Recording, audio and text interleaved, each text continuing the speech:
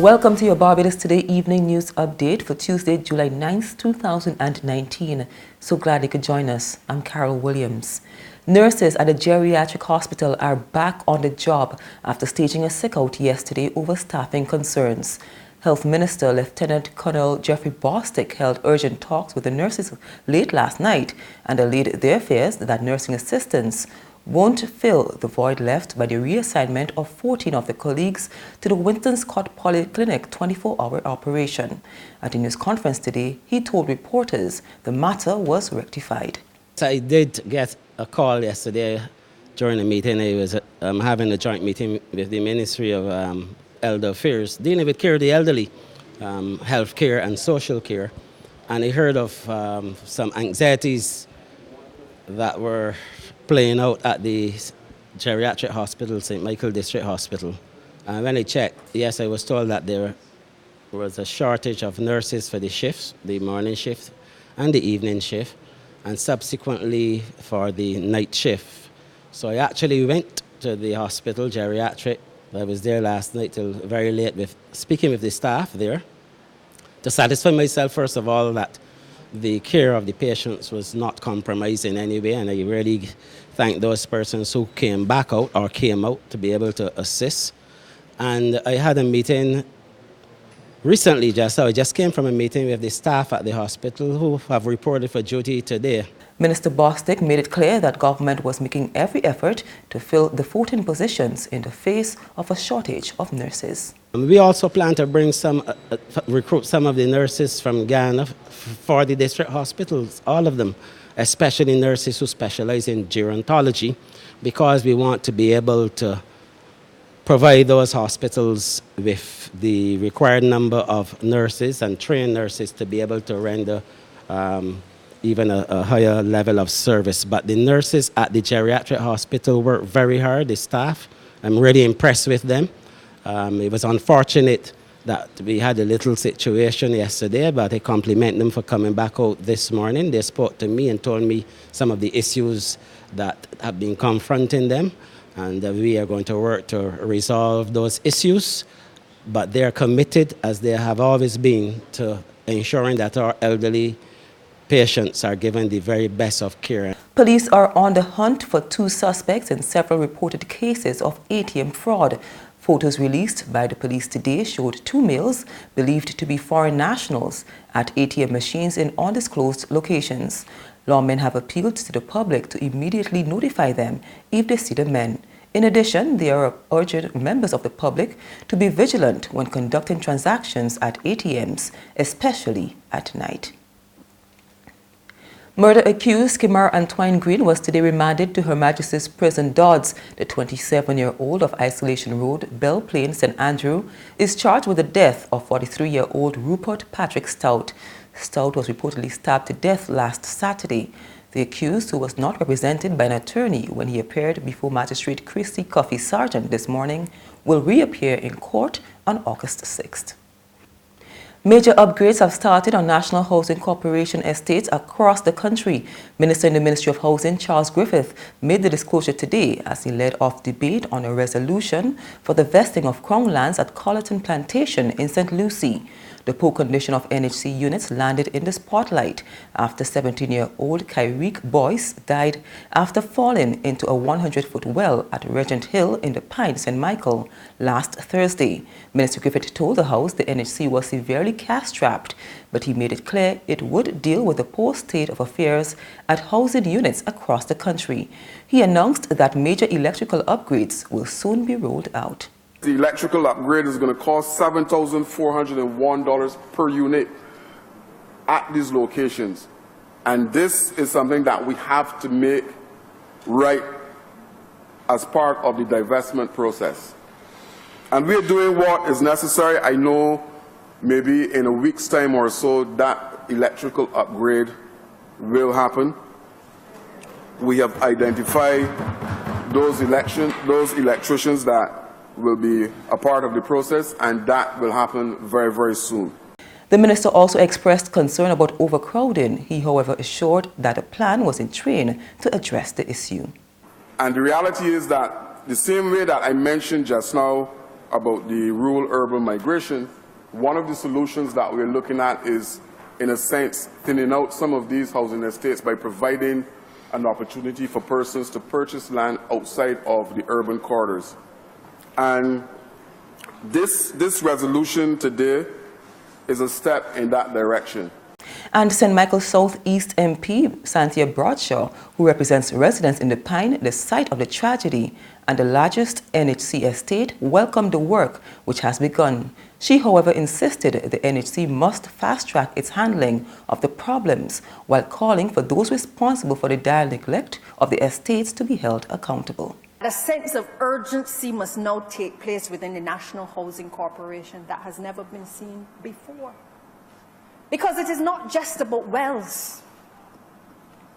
You can take a drive through these housing estates and you will find it is issues of the electrical upgrades, which we have had to obviously address in recent months in relation to putting a program in place to deal with the issue of electrical upgrades. We have had some lazy people before us who have not made this a priority.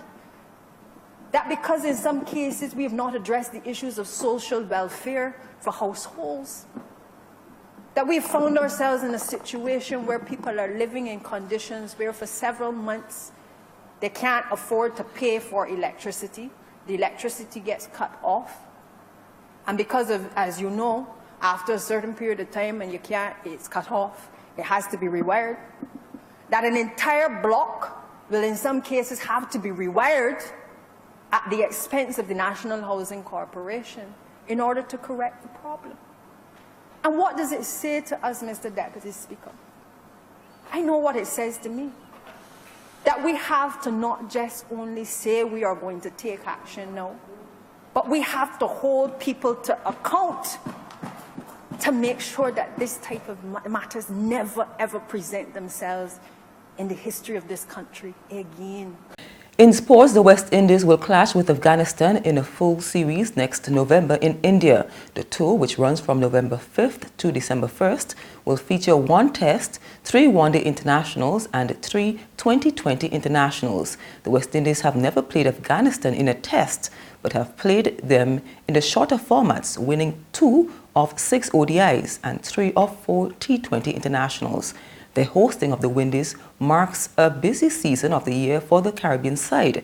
We're set to host India in August and September in 2 tests, 3 ODIs and 3 T20 internationals. There's regional and international news after this short break.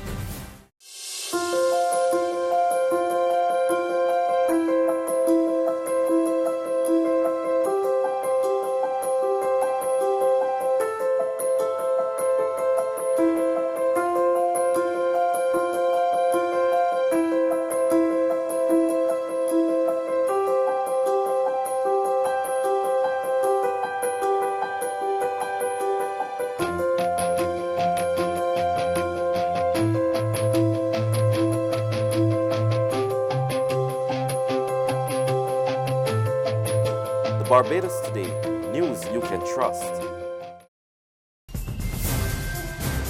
To regional news now, in Trinidad and Tobago, one teacher tells the gripping tale of losing an entire classroom of students as a result of violence. She shared her story with CNC3 Television News. For nearly 2 decades, Candace Phillips has been a teacher here at the St. Barb's Primary School in Laventille. But while most teachers witness the growth and development of their students, she's seen some of us succumb to violence, which has become pervasive in the area. Many murders of students I would have known since the age of 5 years old. They were murdered from the age of 16 years old and into their early 20s, not really being able, they weren't given the opportunity to enjoy life, to really live. That's what I have experienced thus far. When police identify victims who have been killed as a result of violence and gang warfare in her community, Philip almost immediately recognizes the name. To my recollection, I have noted at least 24 students have passed in my 19 years. But the weight of watching some of his students lowered into the ground prematurely has borne down on Philip. The last funeral I would have attended would be Akil Phillips. That would have been, he was murdered April 5th. So let's say around the 12th or the 13th, a week after I attended his funeral, not too far from here. A week after his funeral, another student of mine was murdered on Queen Street. Yeah, Israel was murdered also. I didn't attend his funeral. It was a bit much at the point in time. I was still dealing with Akil's murder. Although Jamal Charles, the 16-year-old killed at Upper Pashley Street on Saturday, may not have been one of his students, the pain still resonates with her. But every time a youngster known to her is killed, she immediately asks, why? And on the international front, a carbon monoxide leak at a Canadian hotel today sent 46 guests to the hospital and left 15 of them in critical condition. The incident occurred at a Super 8 motel in the Prairie Region City. John Lane of the Winnipeg Fire Paramedic Rescue updated reporters at the scene. Today at 10:19 hours, the Winnipeg Fire Paramedic Service received a general alarm call from this location. That's an automatic alarm that indicated there was potentially carbon monoxide in the boiler room. In total, we've ended up, as I say, evacuating the hotel. There were 52 occupants, 52 human occupants, and one dog in the hotel, and that includes staff. In the end, we will be transporting 46 patients to hospital. 15 of them were considered critical. 5 of them were considered unstable, and 26 of them were considered stable.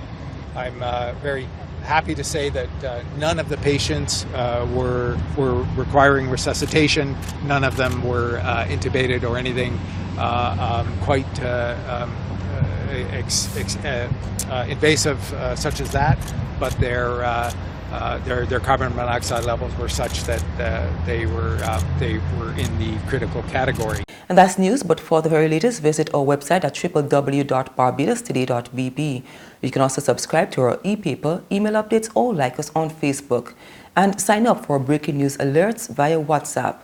We're also on Izumi Media in bus terminals, as well as screenplay at supermarkets and gas stations near you. You can also hear us on Mix 96.9 FM and Capital Media HD 99.3 FM. I'm Carol Williams. Have a good evening.